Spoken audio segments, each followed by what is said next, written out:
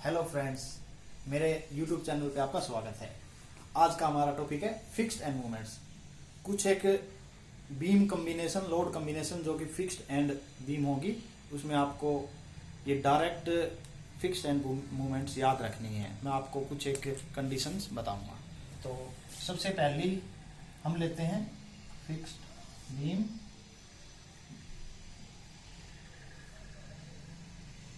जिसके ऊपर लगा हुआ है लोड, पॉइंट लोड सेंटर में।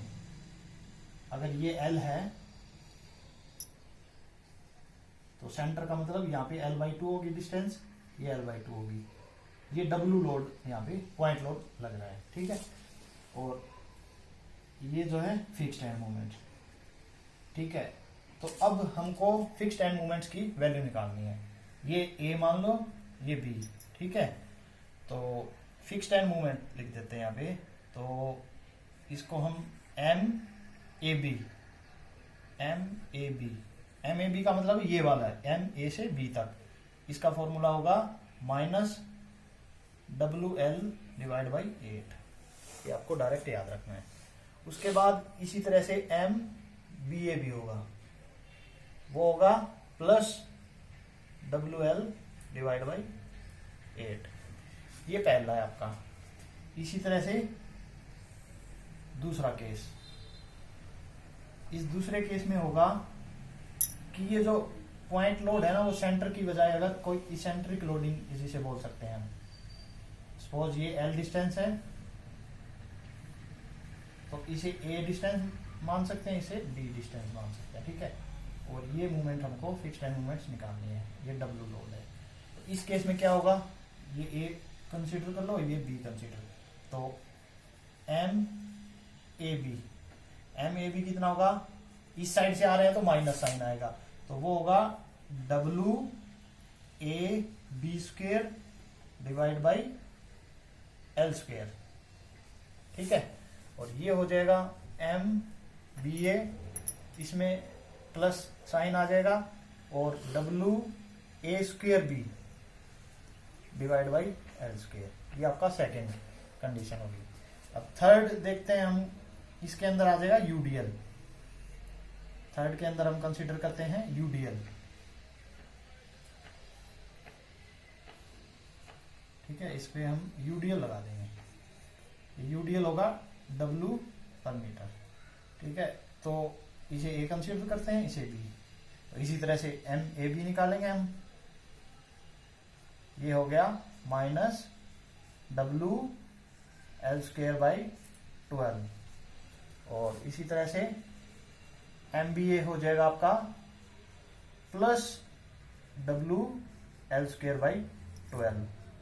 ये आपको डायरेक्ट याद रखने हैं, ये स्ट्रक्चर डिजाइन में फिक्स्ड एंड।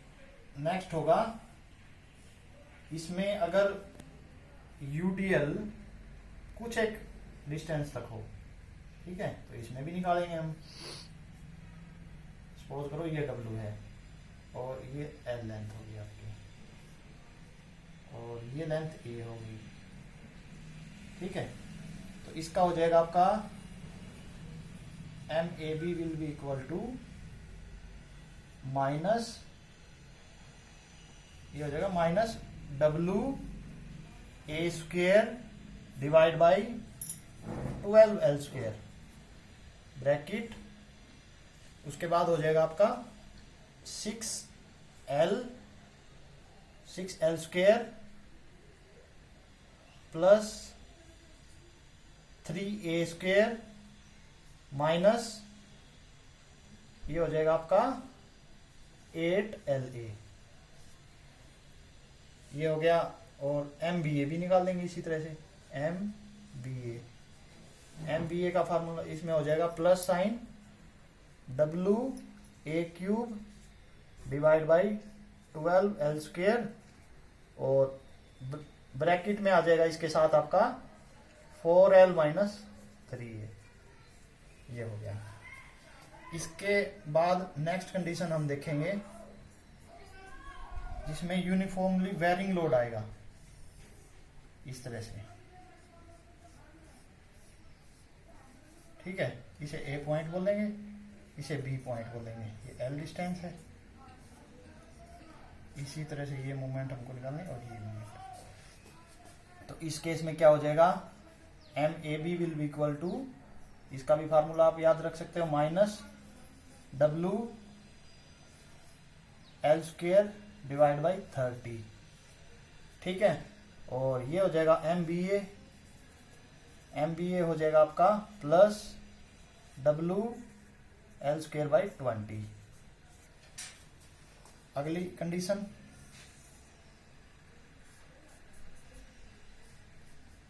इसमें क्या होगा, ये यूनिफॉर्मली वेरिंग लोड कुछ एक डिस्टेंस तक होगा। ये कंडीशन भी हो सकती है, ए डिस्टेंस हो गया ये, ठीक है। और ये इस केस में भी हमको निकालना है, ये ए पॉइंट, ये बी पॉइंट। तो इसमें एम ए बी क्या हो जाएगा, तो minus W A square divide by यही 30 वाला 30 एल स्क्वेयर इंटू, अब देखो इसी जैसा होगा ये फार्मूला भी, 6 की जगह यहाँ पे आ जाएगा 10 एल स्क्वेयर, 3 की जगह आ जाएगा इसका डबल 6x ए स्क्वेयर, और इसकी जगह आ जाएगा 15 एल ए, ये भी डबल के करीब ही है, ठीक है।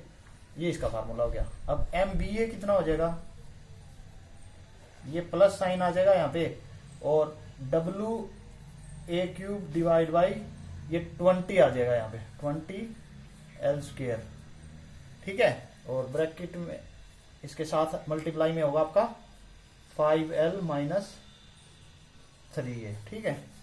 और इसके बाद हमारा एक लोड कंडीशन, ये भी ट्रायंगुलर लोडिंग भी हो सकती है इसमें,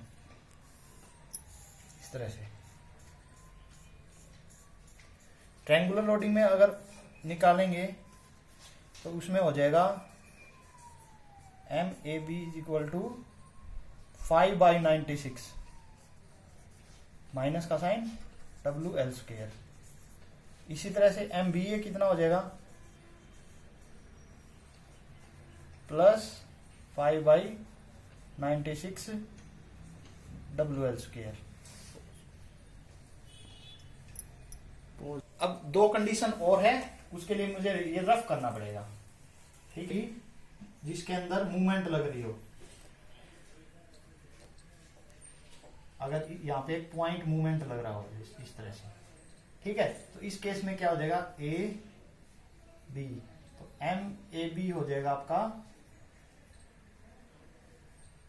m/4, और M B A B m/4, इसमें ये दोनों सेम होंगे। और लास्ट हम अभी के लिए देखते हैं ये कंडीशन, इसमें जो ये पॉइंट मूवमेंट है ये इस एक्सेंट्रिक हो, इस तरह से ये डिस्टेंस a हो और ये l-a। तो इस केस में अगर आप देखोगे तो एम ए बी हो जाएगा आपका, इसे a मान लिया और इसे b भी लिख सकते हैं, ठीक है। तो माइनस का M B 3a minus L divide by L square, और एम बी एल हो जाएगा आपका plus M A 3b minus L divide by L square. तो ये फिक्स्ड एंड मोमेंट के कुछ एक केसेस है, आपको डायरेक्ट स्ट्रक्चर एनालिसिस में बहुत बेनिफिशियल रहता है, और किसी भी एग्जाम में डायरेक्ट ये आपको पूछ भी सकते हैं। तो ये सब आपके लिए बहुत हेल्पफुल होगा। तो आज के लिए बस इतना ही। Thank you. चैनल को सब्सक्राइब करो, कमेंट करो, लाइक करो। Thank you.